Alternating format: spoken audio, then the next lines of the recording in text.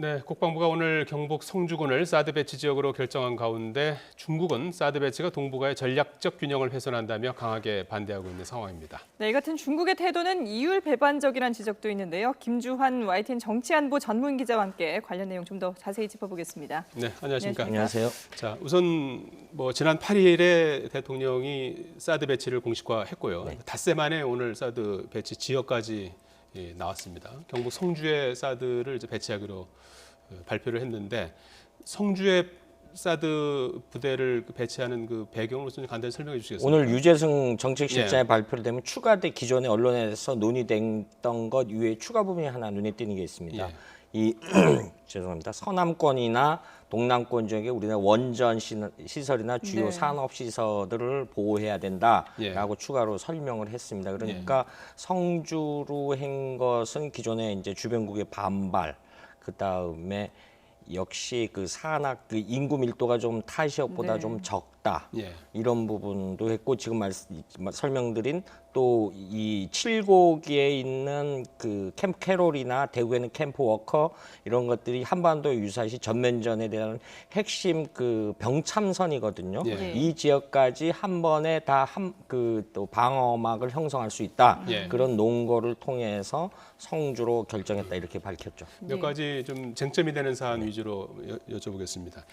이 성주로 이렇게 쭉 아래로 내려가면서 결국은 이제 사드의 사정거리가 이제 200km 정도로 네. 보고 있지 않습니까?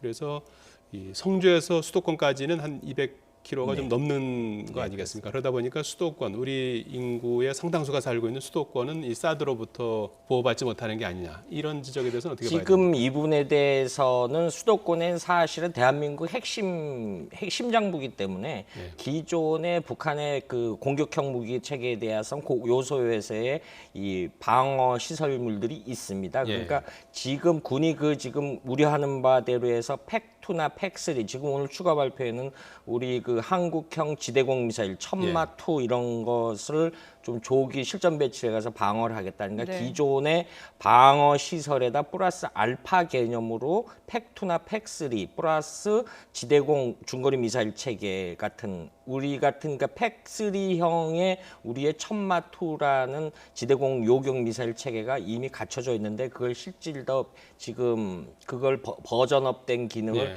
추가로 8천억 이상 투입을 해서 네. 개발 중에 있거든요. 이거를 오늘 이 백브리핑에서 추가로 설명을 했죠. 이런 부분을 조기에 이 배치를 해서 수도권에 배치를 해서 국민들의 불안을 다소 완화시키겠다 이렇게 설명을 했죠. 예. 그러니까 경기 남부 지역까지는 이제 이 사드 네. 부대가 커버를 할 수가 있고 그 이북 쪽은 이제 그 패트리어트 네, 부대가 이제 그럼- 담당을 한다라는 얘기인데 이북으로 날라오는 그 북한의 어떤 여러 가지 어떤 무기 체계에 대응하는 수단으로서는 사드보다는 다른 어떤 그런데 수단이 이제 좋다 이렇게 이해하면 되겠습니까? 역설적으로 또 사드를 수도권에 배치한다라면 사드는 말 그대로 고고도라고 그러지 않습니까? 근데 이렇게 한반도 종심거리의 이 정구라 그러는데 전쟁 구역이라 그러는데 이 북한 그 신의주에서부터 부산까지 직선거리로 500km가 안 됩니다. 네. 그러면 사드가 수도권에서 배치를 한다고 했을 때 일정 고도로 올라가야 되는데 팩2는 20km 미만으로 날아오는 거, 팩3는 40에서 한 60, 그 이상의 이제 고고도라는 걸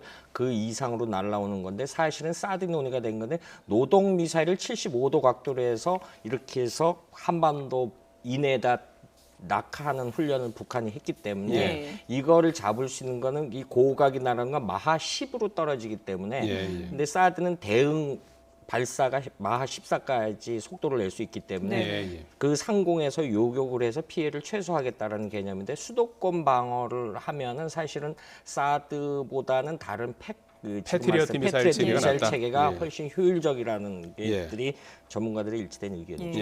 그런데 문제는 국방부에서는 이렇게 발표를 했습니다만은 지금 이제 그 성주 지역 주민들의 반발이 아주 거세지 않습니까?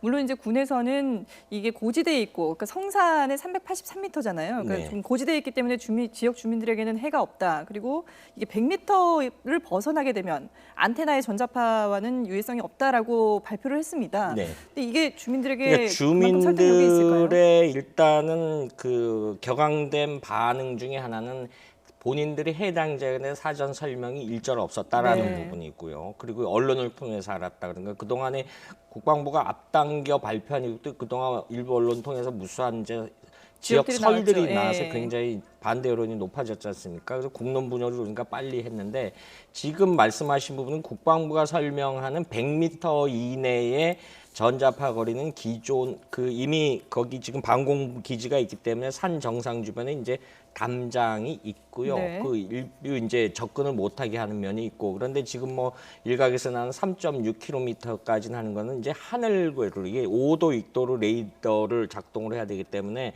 이게 하늘 상공에서 3.6km라는 거죠. 그러면 이 지상을 기준해서 이 각이 생기겠죠. 예. 이 각도를 지금 산 정상이니까 400m는 기본적으로 확보를 해놓고 지금 현재 3.6km를 하면 지상 수평 개념으로 보면 63빌딩 그 근거로 설명들을 하고 있죠. 예. 이거보다 훨씬 고지대에 있기 때문에 이 주변에는 이 사람이 논리상으로 접근이 안 된다라기 때문에 그 이제 3.6km의 전자파 유해 거리라는 것이 이 부분이 생략된 채 자꾸 회자되다 보니까 마치 3.6km 내에서는 전자파 유해성이 있다 이렇게 설명이 됐던 거죠. 예, 예. 그러니까 이제 이 전자파가 5도 이렇게 지상에서 5도 뜨고 이제 최대 이제 90도, 5도에서 네. 90도 사이로 해서 120도를 이렇게 이제 이게 커버하니까 부채꼴 모양으로 이런 예, 식으로 이게 작동을 하는 직진성이 있기 때문에 전자파가 이대로 네, 선을 쭉 그으면 예. 사실상 3.6km 지점은 상당히 높은 네, 지점에서나 영향권이지 그 아래 지역은 상관이 네. 없다 이런 설명인 것 그렇죠. 같은데 예. 무엇보다도 앞으로 뭐 국민 설득, 특히 주민 설득이 관건이 관건이겠죠. 계속 될 것 예. 같습니다. 그리고 이 성주를 선택한 이유 중에 하나가 중국을 덜 자극할 수 있다라는 내용이었잖아요. 예. 그런데 한국 정부가 사드 배치 결정 발표 닷새 만에 배치 지역까지 발표하자 중국이 거듭 사드 배치를 반다면서 반발했습니다. 예, 베이징 연결해 보겠습니다. 박희천 특파원. 네, 베이징입니다. 자, 사드 배치 절차가 빠른 속도로 진행이 되고 있는데요. 중국의 반응이 나왔습니까? 네, 현재 중국의 관심은 어제 발표된 헤이그 중재재판소의 남중국해 판결에 온통 쏠려 있는 상황입니다. 그 때문인지 성명을 따로 내지는 않았고요. 조금 전 끝난 중국 외교부 정례 브리핑에서 룩항 대변인이 기자 질문에 답하는 형식으로 입장을 밝혔습니다. 내용은 지난주 사드 배치 결정 때 발표한 성명과 거의 비슷합니다. 룩항 대변인은 이미 여러 번 밝혔다면서 사드 배치는 중국을 포함한 지역 국가들의 전략적 안보 이익과 지역의 전략적 균형을 심각하게 훼손할 수 있다고 말했습니다. 따라서 중국은 사드의 한반도 배치를 단호히 반대하며 한국과 미국은 사드 배치 절차를 즉각 중단해야 한다고 촉구했습니다. 룩항 대변인은 이어 중국은 자국의 이익을 지키기 위해 필요한 조치를 단호하게 취할 것이라고 밝혔습니다. 사드 배치 부지까지 발표되면서 앞으로 중국의 대응도 본격화될 것으로 전망됩니다. 지금까지 베이징에서 YTN 박희천입니다. 자, 경북 성주에 사드를 배치하게 된 그 배경 가운데 뭐 한 가지로 거론되는 것이 또 중국을 좀 의식한 조치다 이런 지적도 있는 것 같아요. 네, 중국을 의식한 주인데 중국은 기본적으로 사드 문제에 굉장히 좀 내정 간섭 수준의 반응을 보였죠. 예. 그 설명을 좀 필요로 한데 중국은 이미 산둥반도 저희가 그래픽을 준비한 게 예. 있습니다. 그 보면서 좀 설명을 드렸는데 산둥반도는 중국에 있어서 한국을 겨냥한 창입니다. 산둥반도 일대에 육해공군 그 제남군구 밑에 집단군이 있어서 지금 뭐 822 그 공격 여단 같은 건 유사시 대한민국을 공격하는 거고 JI-26이라고 반경 2,000km 레이더를 이미 오래전부터 작동을 해서 대한민국 지금 사드 배치가 안 된 영남권을 제외한 지금의 대한민국 공군기가 이착륙하는 걸 다 감시를 하고 있어요. 네. 예. 그래픽을 잠깐 좀 보여주실까요? 그래픽이 산둥반도 그래픽이 준비. 네, 저희가 준비해 놓은 것이 예. 있습니다. 그런데 예, 지금 나오죠.